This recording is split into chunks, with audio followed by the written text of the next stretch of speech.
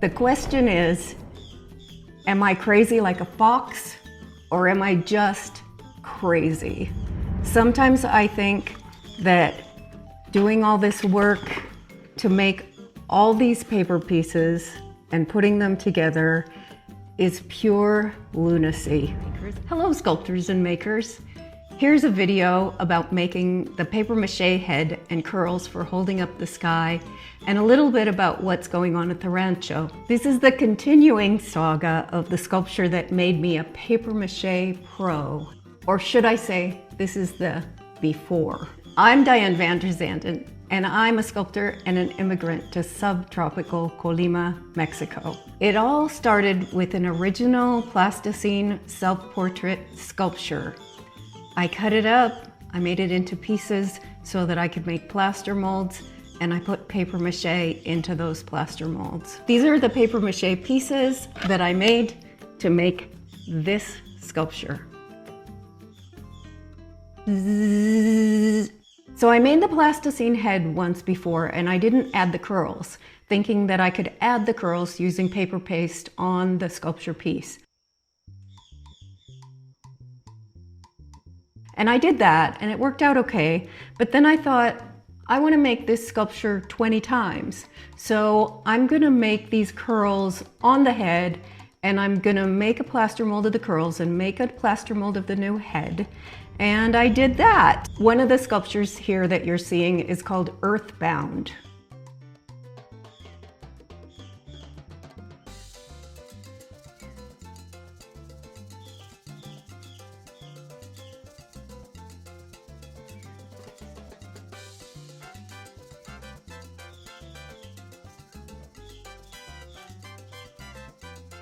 I make the plasticine pieces, I cut them off the sculpture so that I can make sure that I'm making two-piece plaster molds out of each piece. The plaster molds have to come off of each other without destroying the paper mache that's finally going to be in them. So I'm making these pieces in order to not have undercuts and not have draft, so that the plaster won't go down in there and rip the piece apart. I'm putting each piece into a plasticine bed. You can see this in other videos. I've made more detailed videos about how to do this. I put plastic in between the plasticine piece and the plasticine bed.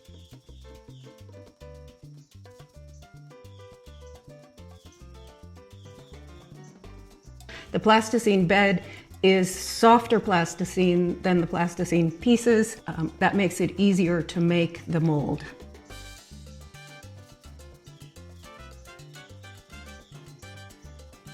Then I use my metal shims, plugging any area where the plaster might drip out through the metal shim, and I put a Vaseline and baby oil mold release on the whole piece, including the shims. And I did the same thing with the head.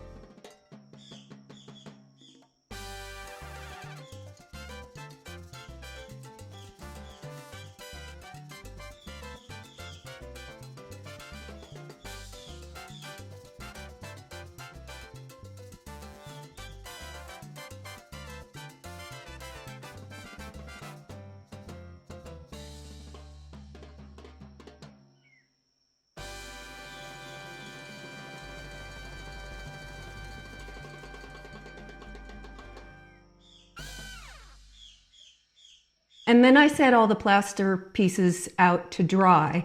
Normally it would take 2 weeks. If they're small, I put them in the drying chamber and let them dry for a few days. If they're well made, the plaster will be super hard like a rock and you won't even be able to scratch it.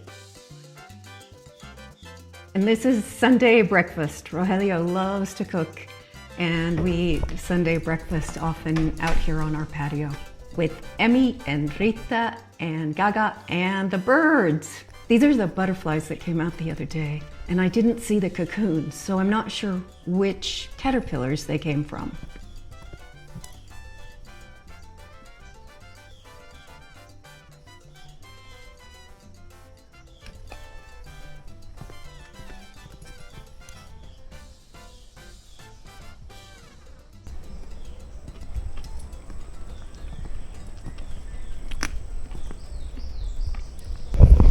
And me too, I've got my raspberries added because Rogelio doesn't like raspberries, but I do.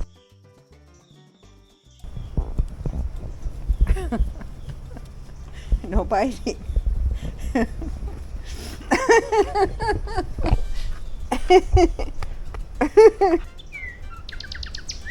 It's right there. Where? In the, when I see him move, but it's hard to see with the background. So, yeah, right there. Oh, there's another one. I can't remember what the bird is.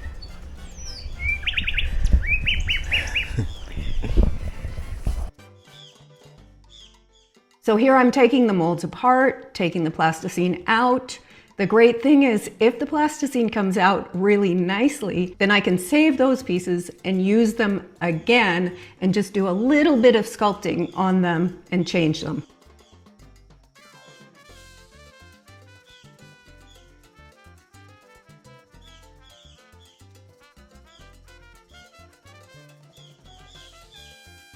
Then what I do is put little tiny pieces of craft paper into these molds using PVA glue.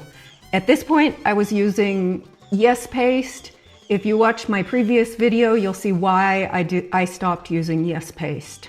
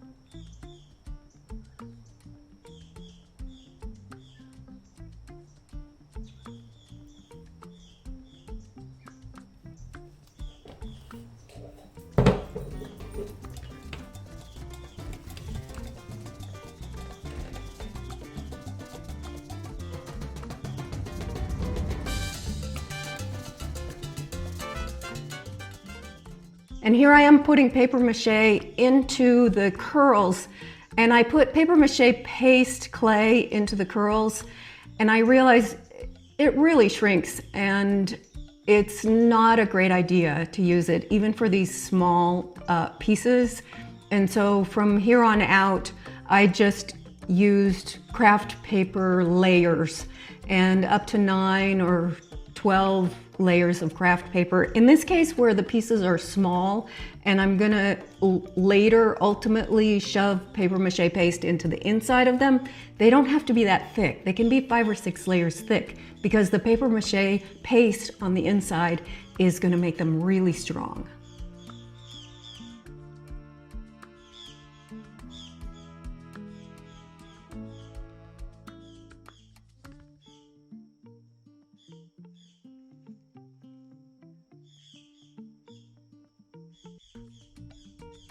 After 10 years of water coming in, the water got into all the wood that's under here. So the floor has been falling. These cabinets have fallen 3/4 of an inch even right there.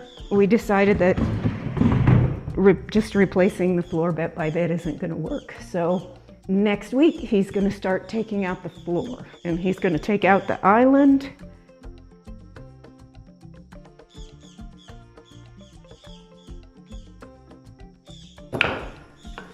If you'd like to see me make a video about the rebuilding of our kitchen, let me know also in the comments below, and I'll do that for you. And then I'm taking them out of the mold here when they're dry. The best thing is to have them super dry so that they come out of the mold perfectly well. Time to take the curls out of the mold. Ooh, that's a very satisfying pop. Okay. Nice. Oh, they're not very well done. Oh, I didn't do a very good job. All right.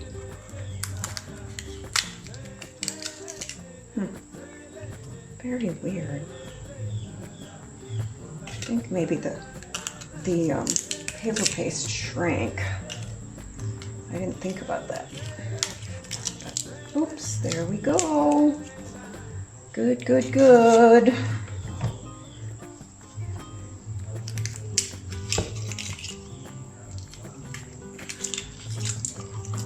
Okay, one batch, half batch of curls done. Okay, not bad. Not bad, not bad.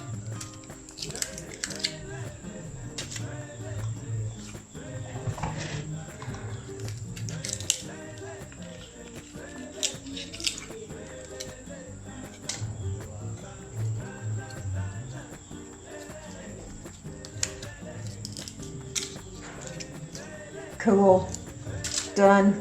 Okay, the last batch of curls to come out of the mold. Very satisfying, satisfying sounds. Okay, not bad.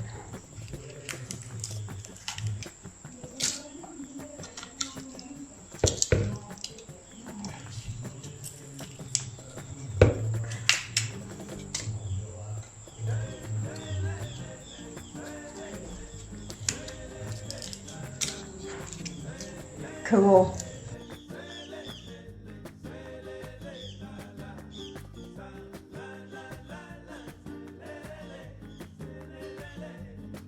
I love sharing these videos with you, and if you'd like to help me make more videos, subscribe and leave a comment in the comments below. I think it would have been better if I had made the head with the part where the curls fit in being hollow in the final plaster mold, but I didn't do it that way. I may actually carve them out a little bit. We'll see how it goes.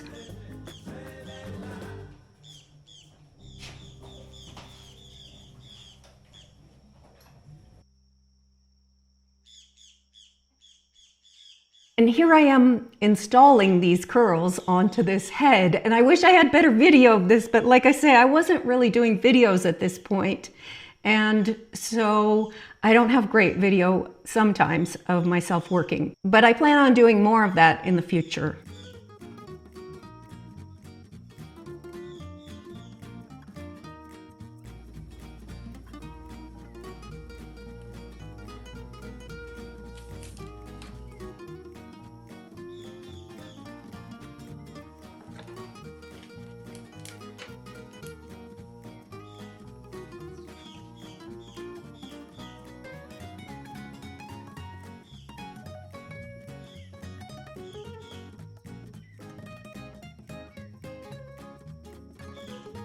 And here I am putting 2 layers of craft paper pieces over the whole thing so you can't see through.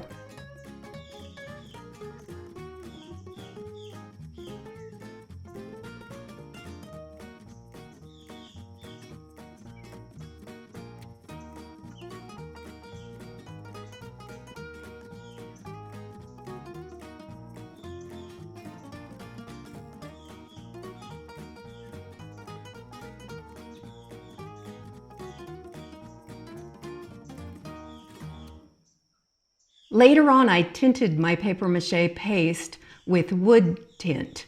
So the paper mache paste is just about the same color as the craft paper, and I find that I don't need to put quite so many coats of craft paper on to cover up the white paper paste.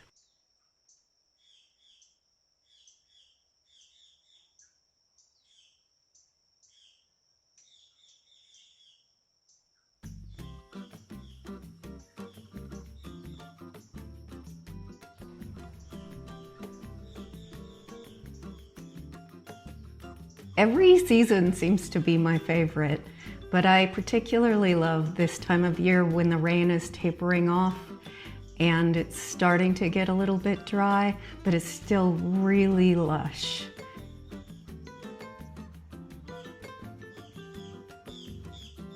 Look at this, look at this. It's right there.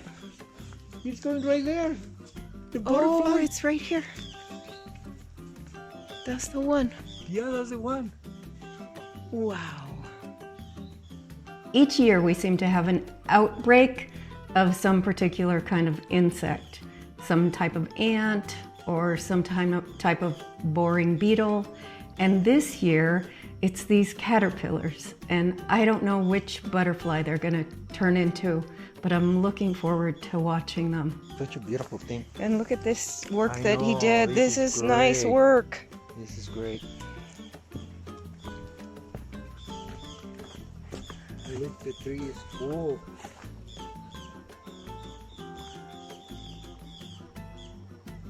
Cool. Yeah.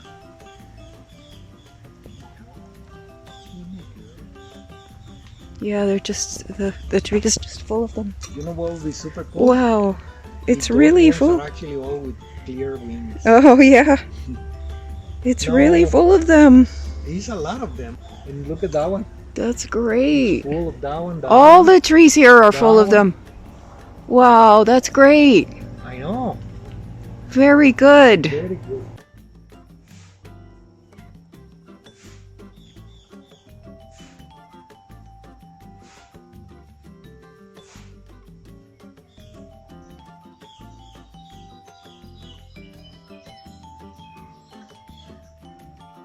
There's another one.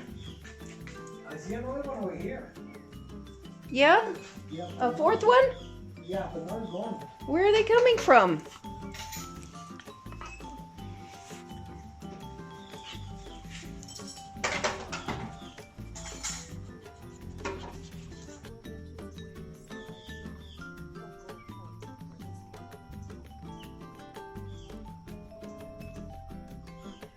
Here's an alert. I'm gonna show a spider.